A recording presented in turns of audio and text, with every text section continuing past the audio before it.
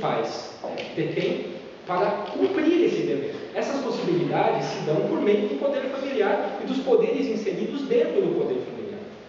Então, essas tentativas que volta e meia o Estado procura exercitar, de limitar aqui, delimitar ali, usando esses conceitos abertos, hoje tanto na moda, como o conceito de afeto, que o professor Caio trabalhou na exposição dele. Não, a ideia de afeto não pode ser uma panaceia para resolver todo e qualquer tipo de situação. Quer dizer, a criança nutre aquele carinho todo especial pela babá. Então, se questionado, ele vai falar: eu prefiro ficar com a babá, porque com a minha mãe que eu não vejo, o executivo é de sucesso que não me dá atenção, a babá está aqui comigo o tempo todo. Se o afeto é a única resposta, e eu não digo o afeto, como o Caio colocou, não é assim, nessas acepções que vêm sendo utilizadas, livres, né? Servindo como remédio para tudo. O direito não cumpre a sua função de organização, de controle, de atribuição de posições jurídicas, de poderes funcionais, direitos e deveres, para regulação. Me parece que é inconstitucional a partir do 229. O Estado atribui pais dever de educar, dever de criar. Isso é um dever público. Quando nós chegamos à esfera privada, muda o caráter da posição, de passivo para ativo.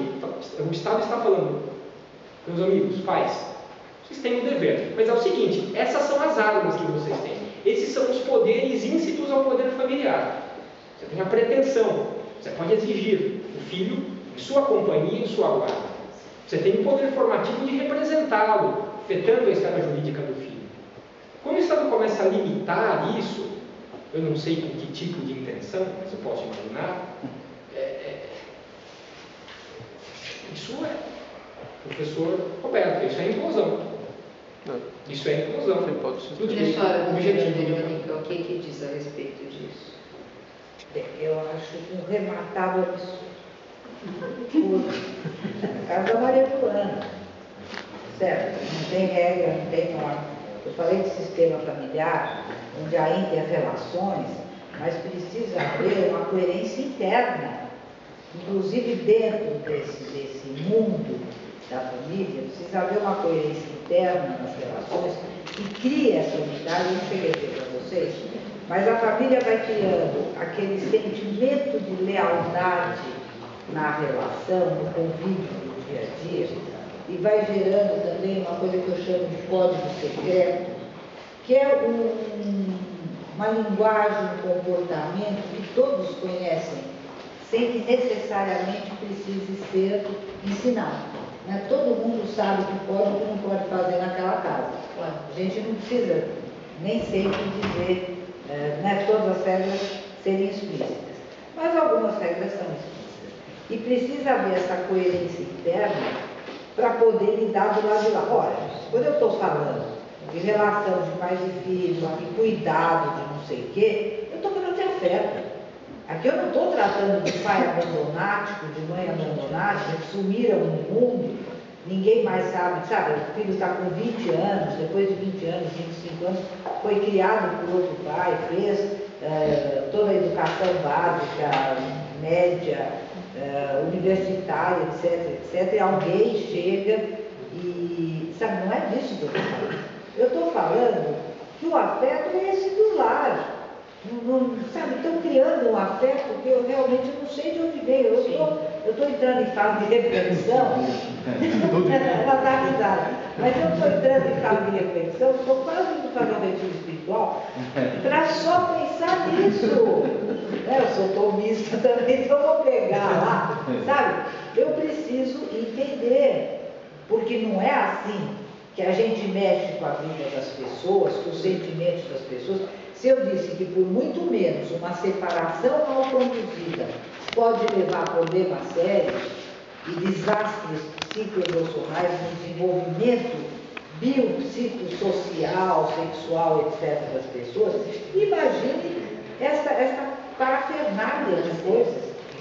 Isso eu não tinha nem pensado em nessas coisas, mas é claro, se começar a facilitar, daqui a pouco dá licença, né? Não é nem poética para querer ficar com a babá. O vizinho. Que criança que não diz, adora babá? Os pais têm um Entendeu? poder familiar, mas até o ponto em que não tem. Não tem, porque se o filho preferir que não tenha, é Não, outro. e depois tem o seguinte, filho não tem que querer até uma certa idade. Enquanto ele é dependente, ele é dependente.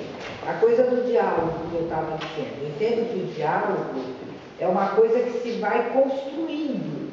Por exemplo, com meu filho de 15 anos, eu posso começar a conversar com ele a respeito de automóvel, mas chega um ponto da conversa que nós temos que saber de que posição cada qual está dizendo. E eu vou virar para ele e dizer, olha, só que nesta casa não se dirige automóvel enquanto não se tem carteira de habilitação.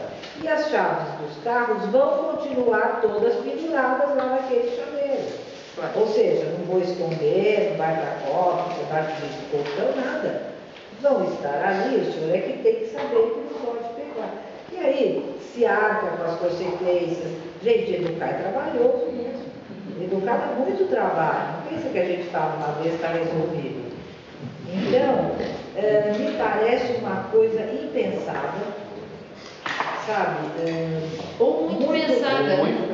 Ou muito pensada em prol da destruição da Mas de família. qualquer forma, de um nível de insensatez Imenso. que nós outros acho que não podemos permitir. Sabe? Porque nós não estamos falando de afeto versus não afeto. Isso é outra coisa. Um pai abandonático, como eu disse, uma mãe abandonática que suma durante 30 anos, é outra coisa. Eu também seria partidária de que ficasse com a madrasta do padrasto, com quem criou. Agora, nós não estamos falando disso. Nós estamos partindo do pressuposto de que os pais biológicos não são amorosos. Não têm amor pelos seus filhos, não têm afeto. Me parece que essa é a discussão. Aquele menino, aquele Chan,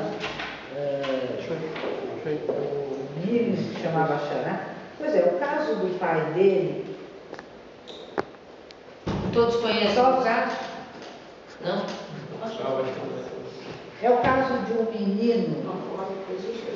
Quer relatar? Com licença, com licença. Só um instantinho para terminar.